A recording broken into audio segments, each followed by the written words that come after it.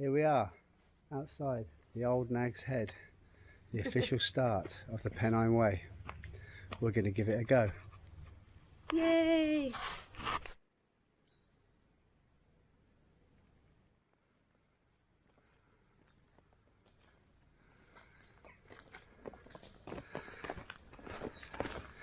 And when we get through this gate here, which isn't there, we will have officially started.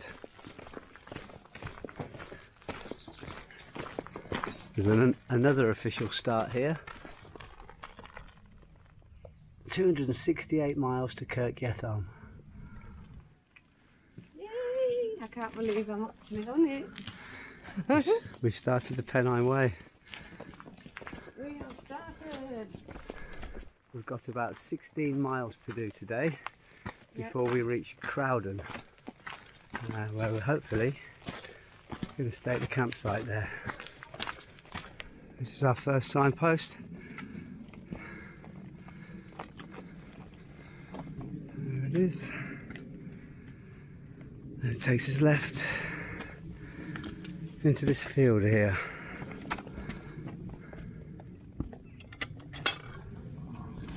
I've walked this little section Have you? a few times in my teens, Well, and it's always inspired me to want to come and do the walk. our first silly little gate. Oh, breathe in. Our campsite's there somewhere, and yesterday we climbed up there, we went across the ridge to Mamtor, and then we came down from Mamtor this way back to the campsite. Little leg warmer for today.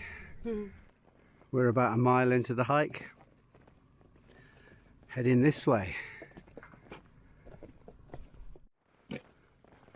Walking through this farm.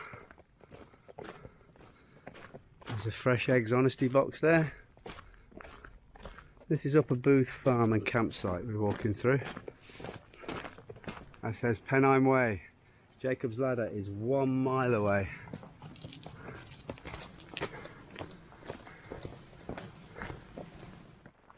Just walking past through Lee Farm. Lee Farm, National Trust land. We're in the Peak District.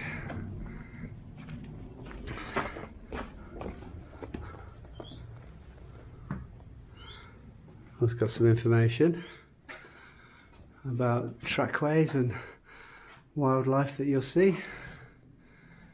And you could shelter in here if the weather was that bad. Nice little barn. This apparently simple landscape has been shaped by people over hundreds of years. Forest clearance, farming and grouse shooting has all had an impact. And look, there's not many trees, is there? Hardly any. There's a few back there. And we're going higher, so there'll be even less.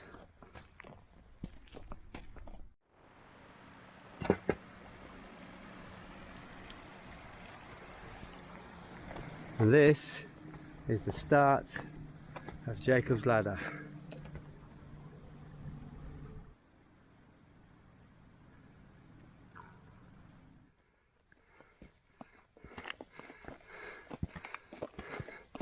A bit further to go. Well, we seem to have walked up Jacob's Ladder. That took about 25 minutes, and we're now on something that the map calls Swine Back. A little look at what it would be like without these flagstones.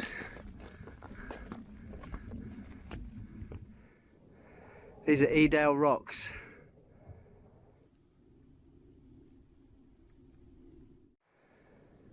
The view from Edale rocks, looking back down on the way we came.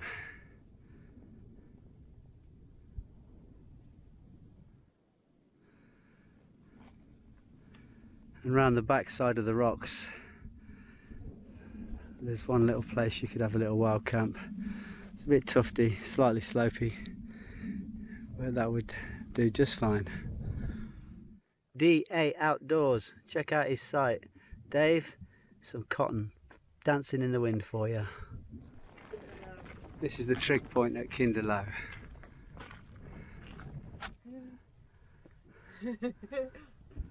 She's gonna make it. She's gonna make it. She's gonna touch that top. Ta-da! Edale. That's correct.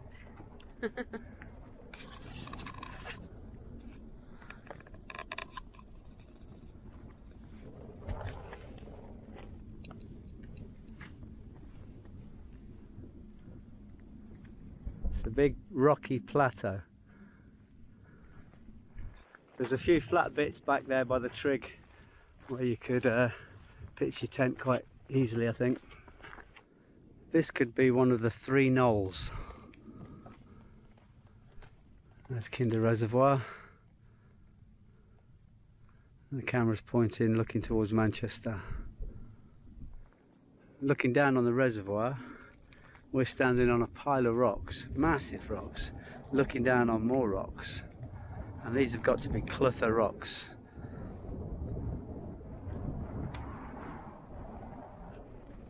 Outstanding rocks. Massive, aren't they? Look at them. Wow. Selfie. 4.7 miles in. Just off the path by these massive stones there, there's a great little camp spot just there. You can just hear a faint trickle of water. This is, I think, Kinder Down waterfall, but it's dry. But on the map it says at the waterfall you take a sharp left, and that's what we're about to do. That's looking down on Mermaid Pool.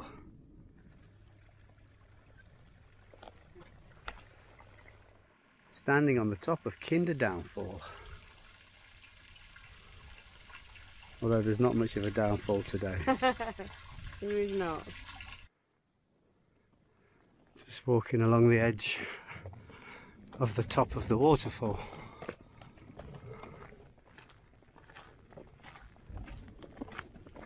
Walking around Kinder Scout, it's fantastic. So many big rocks, great views down into the valley to the reservoir. The path is really good. Fantastic day's hiking. We're about 6 miles in, going strong. And at 6 miles in, we've also decided to stop for a little break, have some noodles and fish. And the tent in the background, we just pitched it to dry off the condensation. A great spot by on these rocks.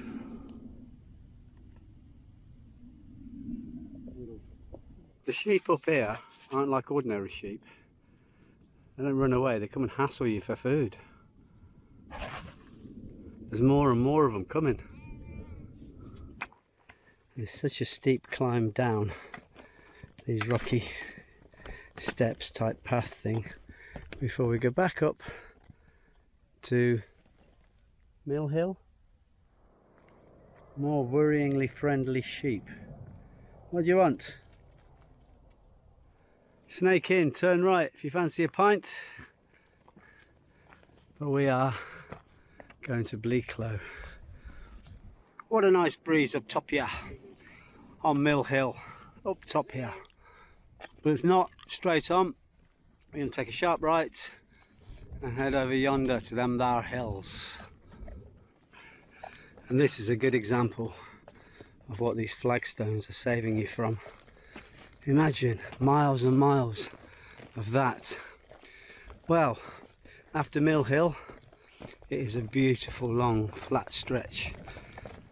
We've gone past the 8 mile mark, which is over halfway, and we've been on this wonderful path for about an hour and a half with heather and cotton either side of you, and very soon we're going to hit the A57. I can see cars ahead of us. There is water to be had up here in between the peat bogs. If you are planning on bringing a water filter and the waterfall is dry, there are pools of water up here. Cotton field. We're crossing the A57. Look, there's a bus stop there. It says Snake Pass on it. Pennine Way. We could have got the bus here, man. Not walked the last 6 hours. Nice path across the moors.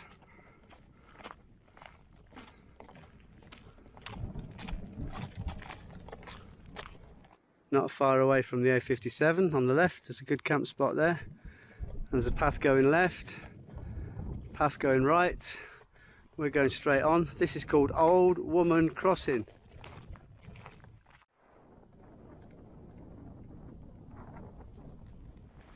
"11 miles in from Edale, just off the path.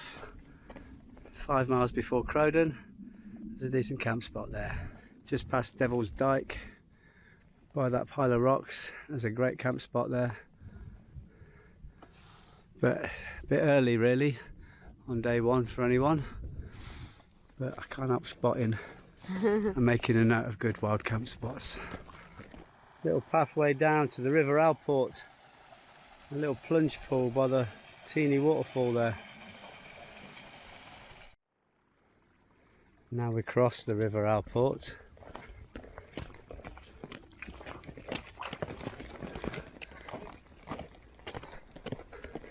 Is it a good spot?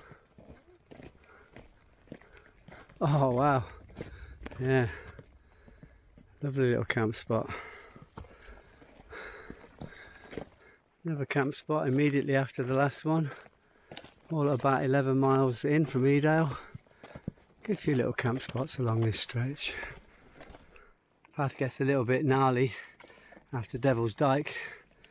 It's stony and rocky and potential to be very boggy in places. Back on the Flagstones. This is the first part of the trek where you think, okay, not sure which way to go, but a quick look at the GPX file tells me to go this way. The Harvey map's too small to tell. Oh, here comes a hiker coming the other way. Plateau Head. Good place to stop and have a rest and do some stretches.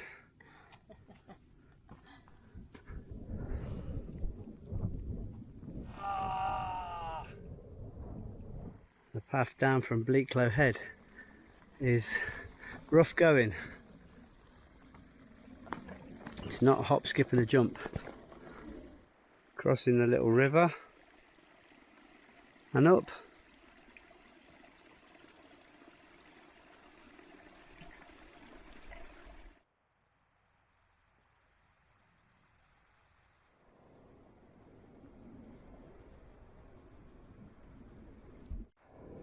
We've got to get down to that reservoir, go to the left, we've got to cross it at the end somewhere, come back along the other side of the reservoir, and our campsite's going to be over there somewhere.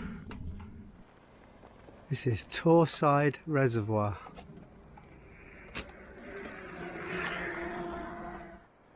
That's the other side of Torside Reservoir. This path we're on splits it in two. Lovely little woodland walk.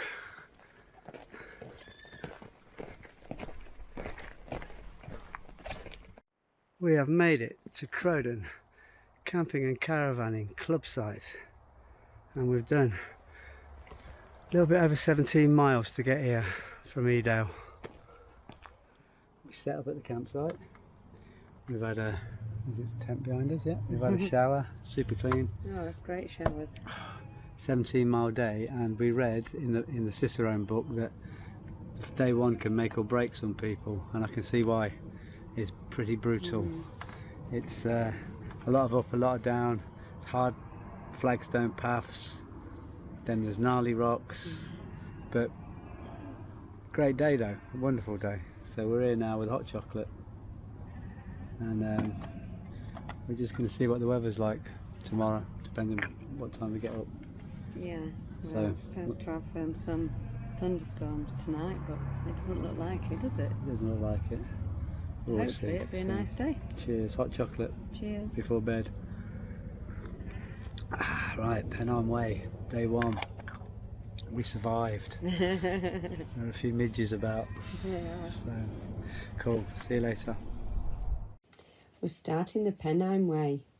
Setting off at the famous Old Nag's Head in Edale, we walk the slabbed path across open fields to Upper Booth and Lee Farm, before taking a quick stretch just before getting to the steep steps of Jacob's Ladder, before clambering on some great big rocks around Edale Rocks and some big old slabs at Kinder Low, and the tour here that sits on top of a big rock. This section opens up into a massive plateau that looks out over to Manchester, before coming to a section here that has some great camp spots, all slabbed path and all wonderful, before a descent down and then an ascent up to Mill Hill. This section is amazing, gorgeous flat flagstones, what is across what would have been bog after bog after bog, so thank you whoever put them down. This section then comes to the A57, and it's a good path through Devil's Dyke and around towards Bleaklow, where there's a bit of an indistinct section here before reaching the tour at Bleaklow Head. And then this section is quite nice before reaching Torside Clough, which then gets a little bit tricky because there's quite a lot of heather to clamber across, before the descent to Torside Reservoir, and a great path across the reservoir and down by the side of it through a lovely little forest here before getting to Crowden campsite, which is just off the path, the Pennine Way path there. Great little campsite that we're at right now. Wonderful. Good night.